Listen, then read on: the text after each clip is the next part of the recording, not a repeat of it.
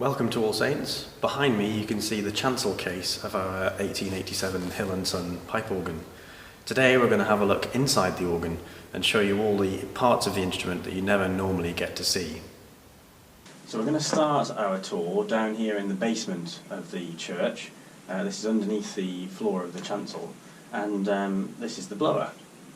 So there are two large turbines, basically big fans there and here, that are driven by belts, as you can see, by an electric motor. This produces the pressurised air that the organ needs to produce the sound. The wind was originally generated by a series of bellows, if you like, that were operated by a water-powered engine, a hydraulic engine, but then it was replaced as electricity became commonplace with an electric motor, which of course was much more powerful.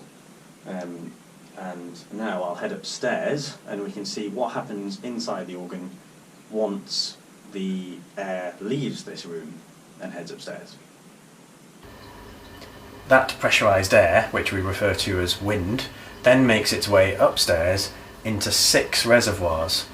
These reservoirs have two functions. Firstly, they store the air ready for use by the pipes and the organ's mechanism, and they also regulate the pressure of the air that is sent to the pipes. That's particularly important if the pipes are to consistently sound the way the builder intended them to. I'm now going to go and turn on the organ's blower from the console, and you'll be able to see the tops of these reservoirs lift as the wind comes into them.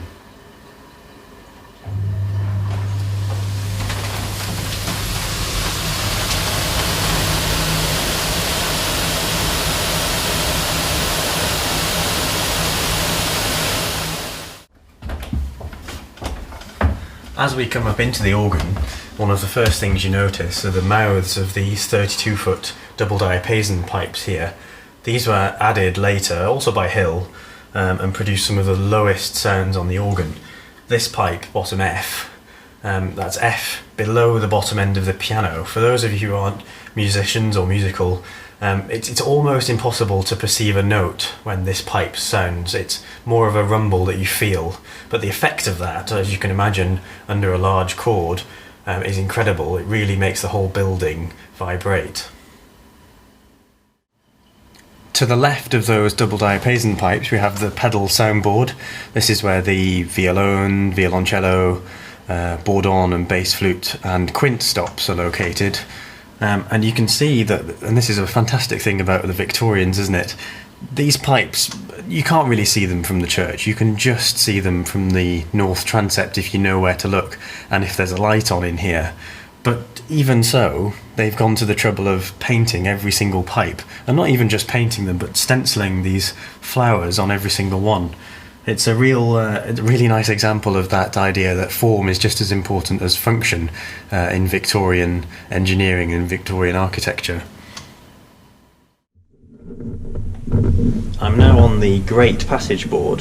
This department of the organ is in the case in the north transept of the church, and here you can see some of the double diapason pipes and the large open diapason pipes. This is one of the boldest tones in the organ that really sings down the church. You can also see the back here of the facade pipes. Almost all of these speak. They're from these two diapason stops at the front of the soundboard here. And you can see, cut into the back, the tuning scrolls that allow these pipes to be tuned without changing the appearance of the front of the pipe. You can see that if you had a pipe tuned with a tuning slide like this, in the casework, you'd be able to see this section and it would look a little unsightly. So the solution is to have this slot in the back of the pipe, which has the same effect, but doesn't change the appearance from the front. Before we head back downstairs to look at the other departments of the organ, I'll just show you some of the other bits of pipework you can see from up here. You can see the top of those double diapason pipes that we looked at the mouths of earlier.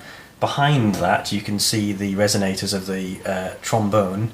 That stop actually came from Worcester Cathedral, from the Hill transept organ, when Robert Hope Jones rebuilt the organ there and replaced those reeds with his diaphone stops. In front of that you can see the bottom end, the 16-foot end of the Dulciana rank, which is available on the choir and pedal organs. Now we'll head back downstairs and we'll have a look at the choir, swell and solo organs. We're now inside the Swell Box. This is one of the largest departments on the organ with 14 stops. You can see there's a huge range of sizes of organ pipe here.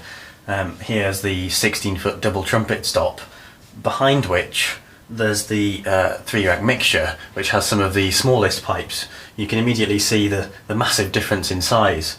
In front of this you can see the 3 other reeds, the horn, the oboe and the clarion. You can see the swell shutters. These open and close like this as the organist moves a pedal at the console. The purpose of this is to vary the perceived volume of these pipes in the church. Organ pipes can only produce, once they've been voiced, can only produce one tone with one volume, to put it in simple terms. So to add a little bit of dynamic range, some of the pipes, like the pipes in the swell organ here, are in wooden boxes with the shutters on, so that the organist has a little bit of control as to how much of that sound escapes out into the church. We're now standing in front of the swell box on the other side of those shutters, looking at the pipework of the choir organ. Immediately in front of me you can see the Dulciana rank. We saw the bottom end of this rank earlier, and you can see the turned wooden stoppers of the stopped diapason. I've taken out treble C, the treble C pipe, of both of these stops to show you how the difference in construction of the pipe affects the tone that's produced.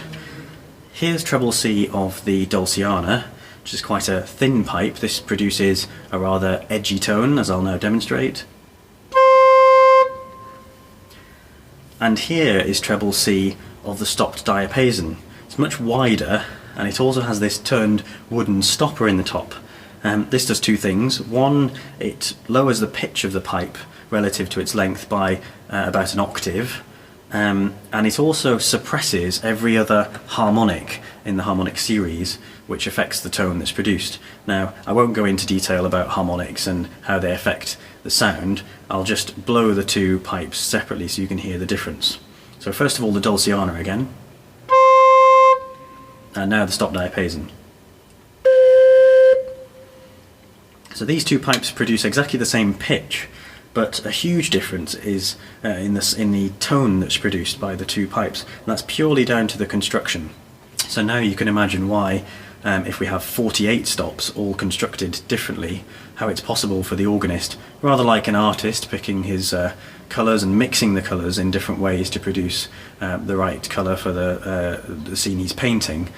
Similarly, the organist can mix and match different stops to produce exactly the right sound for the music he or she is playing. Finally, we're in the easternmost section of the organ, looking into the back of the solo box. You can see here the resonators of the tuba stop.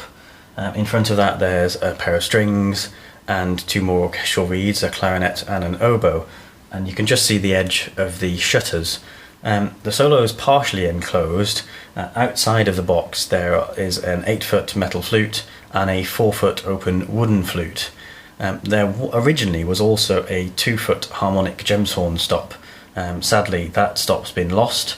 The solo organ bore the brunt of the tonal changes to the organ over time, but as part of the project we'll be commissioning a new 2-foot harmonic gemshorn stop, which will join those 8 and 4-foot flutes, so that we'll have the original 8-4-2 flute chorus that was present when Hill installed the organ in 1887. I hope you found that short tour of the organ interesting. For more information about the instrument, the project, and to sponsor a pipe, visit our website. The address is www.sponsораpipe.co.uk.